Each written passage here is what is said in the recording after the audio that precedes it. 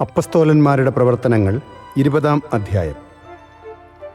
ബഹളം ശമിച്ചപ്പോൾ പൗലോസ് ശിഷ്യരെ വിളിച്ചുകൂട്ടി ഉപദേശിച്ചതിന് ശേഷം യാത്ര പറഞ്ഞ് മക്കദോനിയയിലേക്ക് പോയി.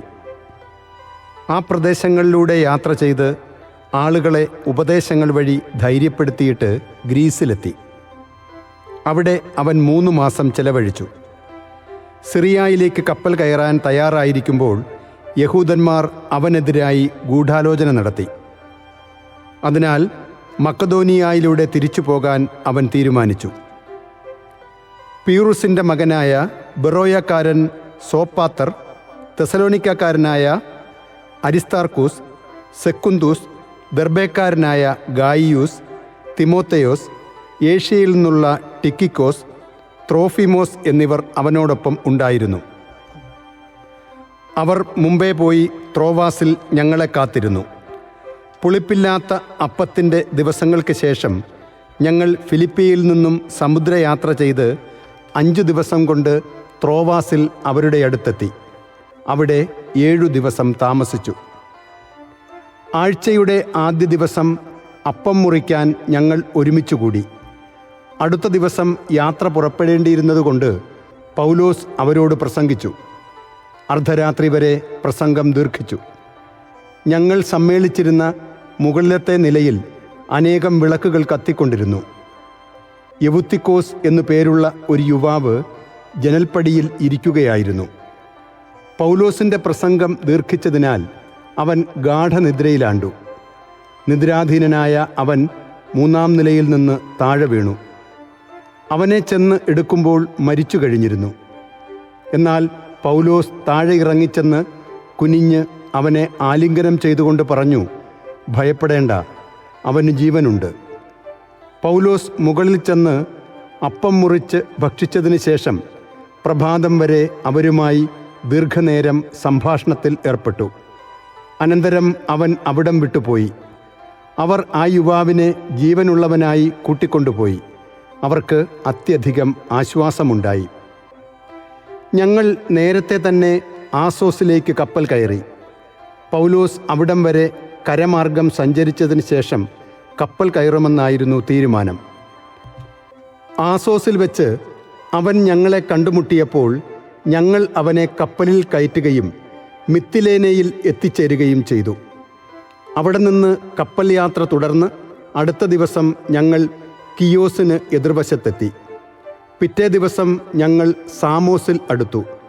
അതിൻ്റെ അടുത്ത ദിവസം മിലേത്തോസിൽ എത്തിച്ചേരുകയും ചെയ്തു.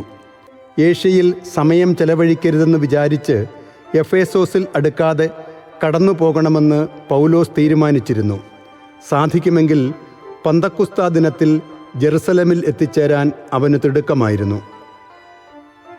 മിലേത്തോസിൽ നിന്ന് അവൻ എഫേസോസിലേക്ക് ആളയച്ച് സഭയിലെ ശ്രേഷ്ഠന്മാരെ വരുത്തി. അവർ വന്നപ്പോൾ അവൻ പറഞ്ഞു, ഞാൻ ഏഷ്യയിൽ കാലുകുത്തിയ ദിവസം മുതൽ എല്ലാ സമയവും നിങ്ങളുടെ മധ്യത്തിൽ എങ്ങനെ ജീവിച്ചുവെന്ന് നിങ്ങൾക്കെല്ലാവർക്കും അറിയാമല്ലോ. പൂർണ്ണ വിനയത്തോടും കണ്ണുനീരോടും യഹൂദന്മാരുടെ ഗൂഢാലോചനയാൽ എനിക്കുണ്ടായ പരീക്ഷണങ്ങളോടും കൂടി ഞാൻ കർത്താവിന് ശുശ്രൂഷ ചെയ്തു. നിങ്ങളുടെ നന്മയ്ക്കുതകുന്ന ഏതെങ്കിലും കാര്യം നിങ്ങൾക്ക് പറഞ്ഞു തരാൻ ഞാൻ മടി കാണിച്ചിട്ടില്ല. പൊതുസ്ഥലത്ത് വെച്ചും വീടുതോറും വന്നും ഞാൻ നിങ്ങളെ പഠിപ്പിച്ചു. ദൈവത്തിലേക്കുള്ള മനപരിവർത്തനത്തെക്കുറിച്ചും നമ്മുടെ കർത്താവായ യേശുവിലുള്ള വിശ്വാസത്തെക്കുറിച്ചും യഹൂദരുടെയും ഗ്രീക്കുകാരുടെയും ഇടയിൽ ഞാൻ സാക്ഷ്യം നൽകി. ഇതാ, ഇപ്പോൾ പരിശുദ്ധാത്മാവിനാൽ നിർബന്ധിതനായി ഞാൻ ജെറുസലമിലേക്ക് പോകുന്നു. അവിടെ എനിക്ക് എന്തു സംഭവിക്കുമെന്ന് അറിഞ്ഞുകൂടാ. കാരാഗൃഹവും പീഡനങ്ങളുമാണ് എന്നെ കാത്തിരിക്കുന്നതെന്ന് എല്ലാ നഗരത്തിലും പരിശുദ്ധാത്മാവ് എനിക്ക് വ്യക്തമാക്കി തരുന്നുണ്ട് എന്നു മാത്രം എനിക്കറിയാം. എന്നാൽ എൻ്റെ ജീവൻ ഏതെങ്കിലും വിധത്തിൽ വിലപ്പെട്ടതായി ഞാൻ കണക്കാക്കുന്നില്ല. എൻ്റെ ഓട്ടം പൂർത്തിയാക്കണമെന്നും ദൈവത്തിൻ്റെ കൃപയുടെ സുവിശേഷത്തിന് സാക്ഷ്യം നൽകാൻ കർത്താവായ യേശുവിൽ നിന്ന് ഞാൻ സ്വീകരിച്ചിട്ടുള്ള ദൗത്യം നിർവഹിക്കണമെന്നും മാത്രമേ ഞാൻ ആഗ്രഹിക്കുന്നുള്ളൂ. ദൈവരാജ്യം പ്രസംഗിച്ചുകൊണ്ട് നിങ്ങളുടെ ഇടയിൽ ഞാൻ സഞ്ചരിച്ചു. എന്നാൽ ഇതാ, ഇനിയൊരിക്കലും നിങ്ങൾ എൻ്റെ മുഖം ദർശിക്കുകയില്ലെന്ന് ഞാൻ ഇപ്പോൾ മനസ്സിലാക്കുന്നു.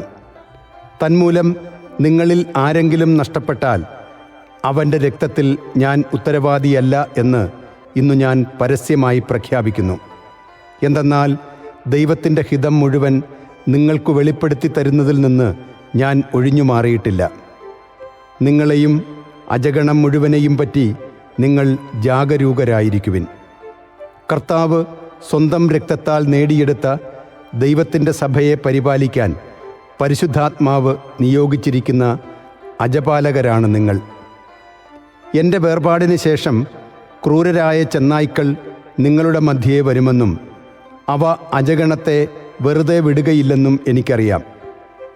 ശിഷ്യരെ ആകർഷിച്ച് തങ്ങളുടെ പിന്നാലെ കൊണ്ടുപോകാൻ വേണ്ടി സത്യത്തെ വളച്ചൊടിച്ച് പ്രസംഗിക്കുന്നവർ നിങ്ങളുടെ ഇടയിൽ തന്നെ ഉണ്ടാകും. അതിനാൽ നിങ്ങൾ ജാഗ്രതയുള്ളവരായിരിക്കുവിൻ. 3 വർഷം രാപകൽ കണ്ണുനീരോടുകൂടെ നിങ്ങൾ ഓരോരുത്തരെയും ഉപദേശിക്കുന്നതിൽ നിന്ന് ഞാൻ വിരമിച്ചിട്ടില്ല എന്ന് അനുസ്മരിക്കുവിൻ. നിങ്ങളെ ഞാൻ കർത്താവിനും അവിടുത്തെ കൃപയുടെ വചനത്തിനും ഭരമേൽപ്പിക്കുന്നു. നിങ്ങൾക്ക് ഉത്കർഷം വരുത്തുന്നതിനും സകല വിശുദ്ധരുടെയും ഇടയിൽ അവകാശം തരുന്നതിനും ഈ വചനത്തിന് കഴിയും. ഞാൻ ആരുടെയും വെള്ളിയോ സ്വർണമോ വസ്ത്രങ്ങളോ മോഹിച്ചിട്ടില്ല. എൻ്റെയും എന്നോടുകൂടെ ഉണ്ടായിരുന്നവരുടെയും ആവശ്യങ്ങൾ നിർവഹിക്കാൻ എൻ്റെ ഈ കൈകൾ തന്നെയാണ് അധ്വാനിച്ചിട്ടുള്ളതെന്ന് നിങ്ങൾക്കറിയാം. ഇങ്ങനെ അധ്വാനിച്ചുകൊണ്ട് ബലഹീനരെ സഹായിക്കണമെന്ന് കാണിക്കാൻ എല്ലാ കാര്യങ്ങളിലും നിങ്ങൾക്ക് ഞാൻ മാതൃക നൽകിയിട്ടുണ്ട്. സ്വീകരിക്കുന്നതിനേക്കാൾ കൊടുക്കുന്നതാണ് ശ്രേയസ്കരം എന്ന് പറഞ്ഞ കർത്താവായ യേശുവിൻ്റെ വാക്കുകൾ നിങ്ങളെ ഞാൻ അനുസ്മരിപ്പിക്കുന്നു. ഇതു പറഞ്ഞതിന് ശേഷം അവൻ മുട്ടുകുത്തി മറ്റെല്ലാവരോടും കൂടെ പ്രാർത്ഥിച്ചു. അവരെല്ലാവരും കരഞ്ഞുകൊണ്ട് പൗലോസിനെ ആലിംഗനം ചെയ്ത് ഗാഢമായി ചുംബിച്ചു. ഇനിമേൽ അവർ അവൻ്റെ മുഖം ദർശിക്കയില്ല എന്നു പറഞ്ഞതിനെക്കുറിച്ചാണ് എല്ലാവരും കൂടുതൽ ദുഃഖിച്ചത്. അനന്തരം അവർ കപ്പലിൻ്റെ അടുത്തുവരെ അവനെ അനുയാത്ര ചെയ്തു.